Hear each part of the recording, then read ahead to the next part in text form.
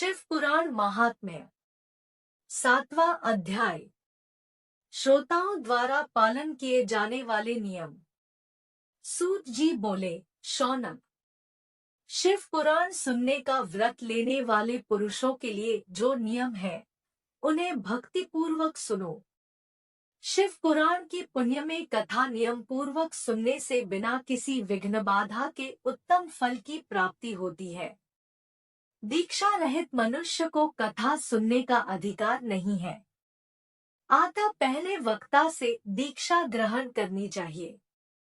नियम पूर्वक कथा सुनने वाले मनुष्य को ब्रह्मचर्य का अच्छी तरह से पालन करना चाहिए। उसे भूमि पर सोना चाहिए, पत्तल में खाना चाहिए तथा कथा समाप्त होने पर ही अन्न ग्रहण करना चाहिए।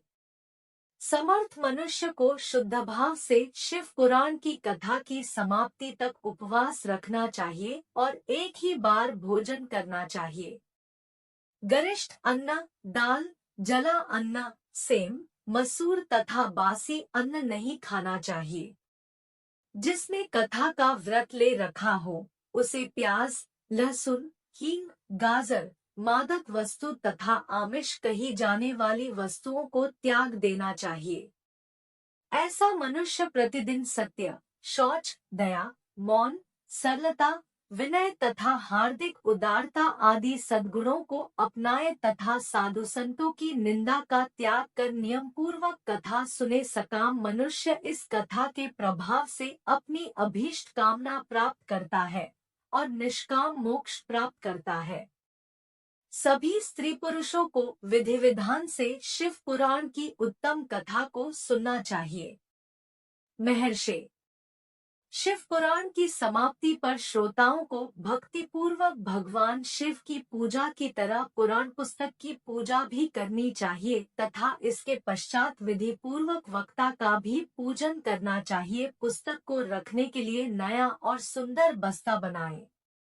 पुस्तक व वक्ता की पूजा के उपरांत वक्ता की सहायता हेतु बुलाए गए पंडित का भी सत्कार करना चाहिए।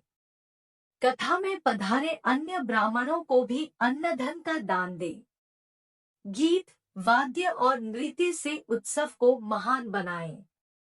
विरक्त मनुष्य को कथा समाप्ति पर गीता का पाठ करना चाहिए तथा गृहस्थ को श्रवण कर्म की शांति हेतु होम करना चाहिए। होम रुद्र संहिता के श्लोकों द्वारा अथवा गायत्री मंत्र के द्वारा करें।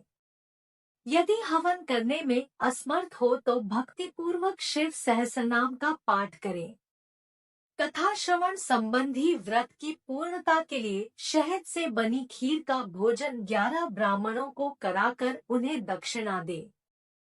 समृद्ध मनुष्य 3 तोले सोने का एक सुंदर सिंहासन बनाए और उसके ऊपर लिखी अथवा लिखाई हुई शिव पुराण की लिखी पोथी विधि पूर्वक स्थापित करे तथा पूजा करके दक्षिणा चढ़ाए। फिर आचार्य का वस्त्र, आभूषण एवं गंध से पूजन करके दक्षिणा सहित वह पुस्तक उन्हें भेंट कर दे।